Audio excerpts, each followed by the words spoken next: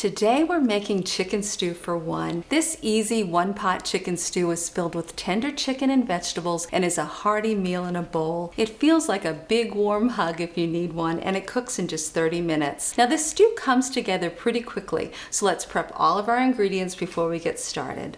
You'll need a half of a cup of chopped onions, 1 medium carrot chopped, 1 medium celery rib chopped, and 1 clove of minced garlic.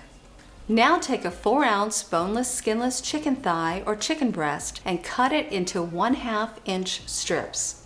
In a 2-quart saucepan over medium-high heat, heat a half of a tablespoon of olive oil for about 30 seconds. Sprinkle the sliced chicken breast with 1/4 of a teaspoon of salt and 1/8 of a teaspoon of black pepper and add it to the pot.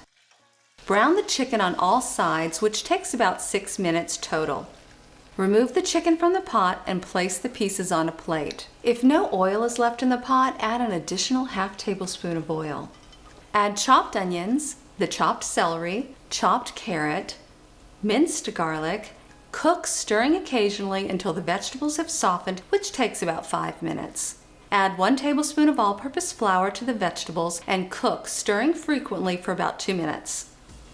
Pour in 1 cup of chicken broth and add in the chicken, 1/4 a medium red potato, which ends up being about 2/3 of a cup of chopped potatoes, and 1/4 of a teaspoon of Italian seasoning.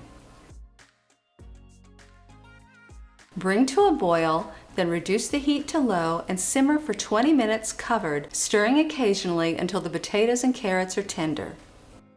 Pour the stew into a bowl, taste and season with additional salt if you feel it's needed, and you can garnish with a little bit of chopped parsley. Be sure to check out these great videos and click below to like and subscribe. At One Dish Kitchen, cooking for one is all we do. Bye for now.